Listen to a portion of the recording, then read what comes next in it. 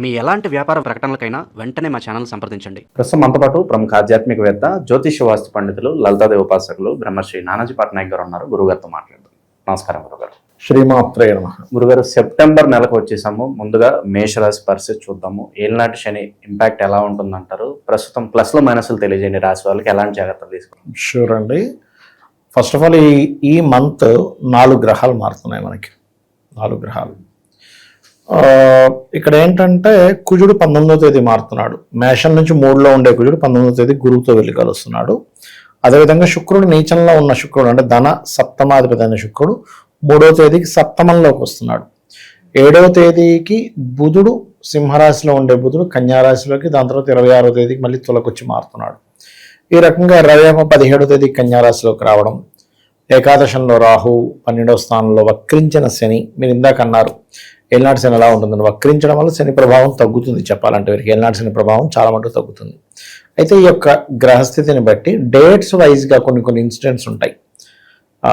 దాని ఆధారంగా చేసుకొని ఈ యొక్క విషయాలు చెప్తుంది నేనైనప్పటికీ చెప్పిస్తుంది సాక్షాత్ లలిత అమ్మవారిగా భావిస్తూ, ఆ లలితాంబిక అమ్మవారి యొక్క అనుగ్రహం మేషరాశి వారికి పరిపూర్ణంగా కలగాలని మనస్ఫూర్తిగా కోరుకుంటూ, ఇక్కడ ఎప్పుడైతే మనకి సెకండ్ లార్డ్ అంటే లగ్నాధిపతి 3లో ఉన్నందుకు కొంచెం ఎక్కువ లోకల్గా తిరగడం ఇవన్నీ ఉంటాయి. అయితే కొంతమంది చూడండి రియల్ ఎస్టేట్ చేస్తూ ఉంటారు, కొన్ని లావాదేవీలు చేస్తూ ఉంటారు. అలాంటి వారికి ప్రధానంగా 5, 6, 7వ తేదీ మధ్యాహ్నం వరకు అనుకూలంగా ఉంటుంది ఏదైనా అమ్మడం కొనుగోలు చేయడానికి. కాకపోతే కాస్త షార్ట్ జర్నీస్ కొన్ని అంటే వీళ్ళకి నెలంతా కూడా ఎలా అంటే 19వ తేదీ వరకు కొంచెం ధైర్య సాహసాలతో కొన్ని పనులు కూడా చేపడతారు. చెప్పాలంటే ఫైనాన్షియల్గా 3వ తేదీ నుంచి చాలా బాగుంది. అందులోనే విదేశాలకు వెళ్ళి చూడండి, కొంతమంది అక్కడికి వెళ్ళిపోయామండి, ఉద్యోగం రావట్లేదు, ఏంటో పరిస్థితి అనుకుని ఉంటారు చూసారా. అలాంటి వారికి విదేశీ ధనయోగం కూడా ఏర్పడుతుంది సప్తమంలోకి శుక్రుడు రావడం వల్ల 3వ తేదీ నుంచి. అయితే ఇక్కడ అప్పులు ఎవరికైనా ఇవ్వడం తీసుకునే విషయాల్లో కొంచెం 19వ తేదీ వరకు కొద్దిగా జాగ్రత్తగా ఉండాలి వీరు చెప్పాలంటే.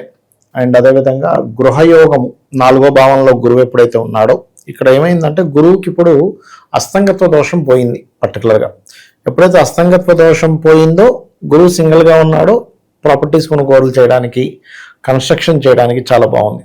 కానీ 19వ తేదీ నుంచి వీళ్ళకి ఏంటంటే ఎప్పుడైతే కుజుడు వచ్చి మారుతున్నాడో, గురువుతో కనెక్ట్ అవుతున్నాడో, ఇది ఇచ్చే రిజల్ట్ ఏంటంటే పర్టికులర్గా కొంచెం వీళ్ళకి అంటే భూ సంబంధమైన యోగము వస్తుంది, కానీ కొంత ఘర్షణ కూడా ఉంటుంది. అది స్టూడెంట్స్కి కానివ్వండి, కొంత ఫ్యాక్టరీ నిర్మాణం చేసే వాళ్ళకి కానివ్వండి, రియల్ ఎస్టేట్ చేసే వాళ్ళకి కానివ్వండి, లేకపోతే పొలం పండించే వాళ్ళకి పక్క పొలం వాడేదో రాయిదా పెడుతూ ఉంటారు. ఇటువంటి విషయాల్లో కొంచెం జాగ్రత్తగా ఉండాలి.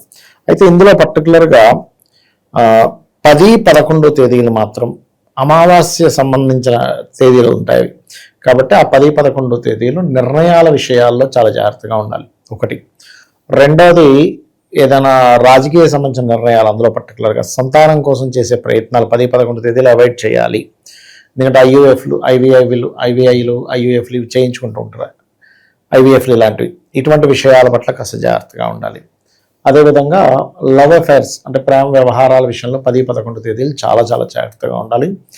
సప్తమంలోకి ఎప్పుడైతే శుక్రుడు వచ్చాడో ఈ నెల వీళ్ళకి వివాహ సంబంధించిన విషయంలో చాలా బాగుంటుంది. మంచి సంబంధాలు కూడా వస్తాయి. ఎందుకంటే వీనస్ ఎప్పుడైతే 7th హౌస్లో ఆక్యుపై చేస్తున్నాడో ఇది చాలా మంచిది చెప్పాలంటే.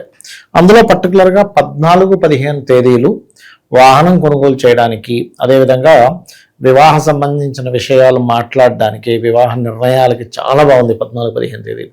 ఇక 16, 17 తేదీలు వీళ్ళు వాహనం మీద స్పీడ్గా వెళ్ళకూడదు చెప్పాలంటే, చాలా కేర్గా ఉండాలి. అండ్ తాతగారు ఆస్తి విషయంలో తొందరపాటు నిర్ణయాలు తీసుకోకూడదు 16, 17 తేదీలు. ఇందులో పర్టికులర్గా 24, 25 తేదీలు పర్టికులర్గా ఏంటంటే ఎక్కువ లాభం వస్తుందన్న కోసం మనం మనీ పెడుతూ ఉంటాం. అటువంటి విషయాల్లో ఇన్వెస్ట్ చేస్తాం. ఎగ్జాక్ట్లీ. అండ్ 26, 27, 28 తేదీలు మాత్రం పర్టికులర్గా వీళ్ళకి ఏంటంటే ఈ టైంలో కొంచెం అంటే ఇన్వెస్ట్మెంట్ చేసేటప్పుడు కూడా కొంచెం జాగ్రత్తగా ఉండాలి ఈ పర్టికులర్ టైంలో. అండ్ 29, 30 ఆ తేదీల్లో కొంచెం మానసిక స్ట్రెస్ ఎక్కువగా ఉంటుంది, ఎక్కువ ప్రయాణాలు ఉంటాయి. ఇదనమాట మెయిన్గా. అయితే వీళ్ళు ఎక్కువగా సూర్య నమస్కారాలు చేసుకోవడము.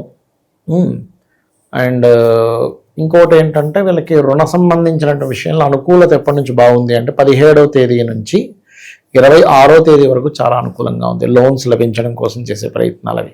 అయితే వీళ్ళు ఎక్కువగా సూర్య నమస్కారాలు, గణపతి యొక్క ఆరాధన వీళ్ళు ఎంత చేస్తూ ఉంటే అంత బాగుంటుంది వీరికి. ప్రత్యేకంగా ఎలాంటి క్షేత్రాలకు వెళ్తే బాగుంటుంది అంటారు? వీళ్ళు ఎప్పుడైనా సరే గుర్తుపెట్టుకోండి, మేషం వారు దత్తక్షేత్రాలకు వెళ్ళడం అన్ని విధాలు అవుతాం. ఎందుకంటే 9th లార్డ్ ఈజ్ జూపిటర్ అవుతాడు కదా.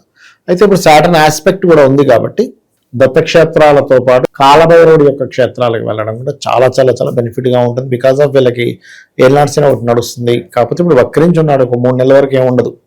3 నెలల తర్వాత కొంచెం ఎఫెక్ట్ చూపిస్తుంది. గురుగారు, ప్రతి ఒక్కరు కామన్ గా ఫేస్ చేస్తున్న ఒక సమస్య గురించి మనం మాట్లాడదాం ఇవాళ. సో సడన్ గా ఎడ్యుకేషన్ తీసుకోండి, చదువు బాగానే వెళ్తూ ఉంటుంది, సడన్ గా ఒక్కసారిగా చదువు డల్ అయిపోతూ ఉంటుంది. లేదంటే మనీ పరంగా కావచ్చు, బిజినెస్ పరంగా కావచ్చు, ఒక ఫ్లోటింగ్ అలా ఉంటూ ఉంటుంది. సడన్ గా ఒక్కసారిగా ధనం ఆగిపోవడము, వ్యాపారం లేదా లాస్ రావడము, ప్రతి ఒక్కరు ఫేస్ చేస్తూ ఉంటారు సమస్య. ప్రధాన కారణాలు ఏమై ఉండొచ్చు అంటారు?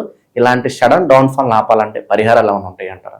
ఇక్కడ 4 రకాలుగా దోషం ఉంటుంది. 3 కాదు 4 రకాలుగా. ఒకటి, ఇప్పుడు మనం గోచార ఫలితాలు చెప్పుకుంటున్నాం. అక్కడ ఏదైనా మూమెంట్, మేజర్ ప్లానెట్ మూవ్ అవుతుంది వాళ్ళకి, లేదా వాళ్ళ పర్సనల్ చార్ట్లో మహాదశ లేదా అంతర్దశలు మారిపోతాయి. మారగానే అప్పటి వరకు అద్భుతంగా రోజుకి 1 లక్ష రూపాయల కౌంటర్, 4 లక్షల కౌంటర్ అనేవాడు 5,000 అమ్మడానికి కష్టపడిపోతుంటాడు. అర్థం కాదు, జనాల్లో తేడా వచ్చిందా, నేనేమైనా మారానా అంటే వాడు అర్థం, అంటే నా ప్రవర్తనలో తేడా వచ్చిందా, అసలు ఏమైంది అర్థం కాదు, పిచ్చెక్కిపోతూ ఉంటుంది. అది దశాంతర్దశలు మారినప్పుడు జరుగుతుంది. లేదా దశాంతర్దశలతో పాటు గోచారం కూడా డబుల్ ట్రాన్సిట్గా మారితే ఇంకెక్కువ ఎఫెక్ట్ వస్తుంది. ఒక్కొక్కసారి ఏమవుతుందంటే వాళ్ళ ఇంట్లో చూడండి, కొంతమందికి తల్లిగారు చనిపోయారు, లేదా తండ్రి గారు గతించారు, లేకపోతే వాళ్ళ ఇంట్లో సంథింగ్ కొన్ని ఇన్సిడెంట్ జరిగాయి, అప్పుడు కూడా డౌన్ఫాల్ అవుతుంది. అంటే వాళ్ళ ధనయోగం దాంతో కనెక్ట్ అయి ఉంటుంది. నేను ఒక జాతకం చూశాను, మదర్తో కనెక్ట్ అయ్యింది, ధనయోగం జాతకం కనెక్ట్ అయింది. అప్పటి వరకు అసలు విపరీతంగా వడ్డీలు తిప్పి చాలా చేసేవాడు, ఆ బిజినెస్లు చేసి ఈ బిజినెస్ చేసి ఒక్కసారి తల్లి చనిపోగానే ఒక్కసారి డౌన్ అయిపోయాడు. ఏమైందంటే ఏమో సార్ నాకు అర్థం కావట్లేదు, ఏం చేయలేకపోతున్నా అన్నాడు. అంటే ధనం ఒక్కోసారి తల్లి ద్వారా, కొంతమందికి భార్య ద్వారా, కొంతమందికి సంతానం ద్వారా అట్లా ఉంటూ ఉంటుంది. అలా వాళ్ళు మిస్ అయినప్పుడు కూడా మిస్ అవుతాయి. అది తాత్కాలికమైన, తర్వాత మళ్ళీ సెట్ అవుతుంది స్లోగా.